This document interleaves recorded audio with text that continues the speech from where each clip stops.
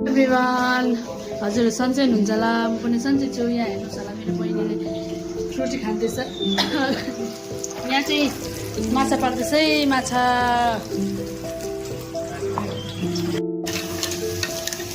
साथीहरू हेर्नुहोस् होला यहाँ माछा पाक्नु आँट्यो अब मसला हालेपछि मसला पाकेपछि चाहिँ त्यहाँबाट चाहिँ झोल हालेपछि पाकिहाल्छ उम्रेको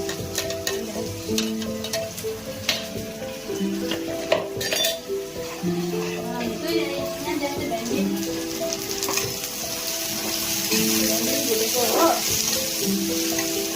गरेर यहाँ फुलकोपी र आलु यहाँ छ कि यसलाई फ्राई गरेर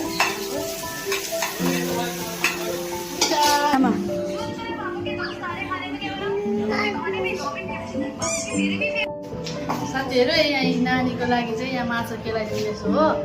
यताबाट क्यामेरा गरेको कि यस्तो अँधेरो नअँधेरो देख्यो त्यही भएर यहाँबाट राखेर पिचको त्यहाँ राखेर चाहिँ गरेको यहाँ नानीलाई केलाइदिँदैछु केलाइदिएको ल पहिलाबाट उम्रेर चाहिँ मैले यहाँ अब माछा हालिदिएको यहाँ उम्रेर अब यो माछा हालेपछि चाहिँ एकछिन उम्लिनुपर्छ हो त्यहाँदेखिको त यो माछा रेडी हुन्छ यहाँ चाहिँ मेरो दिदीले सब्जी हाल्दैछ सब्जी भात सब्जी बटुकोमा हालिदिएको होइन चाहिँ हाम्रो साथीहरू माछा पाक्दैछ माछा पाकेर खाना आँटेको यहाँ चाहिँ अघि भेन्डी दिएको थियो नि सुप उयो पकाउँदै गरेको यो चाहिँ कोपी है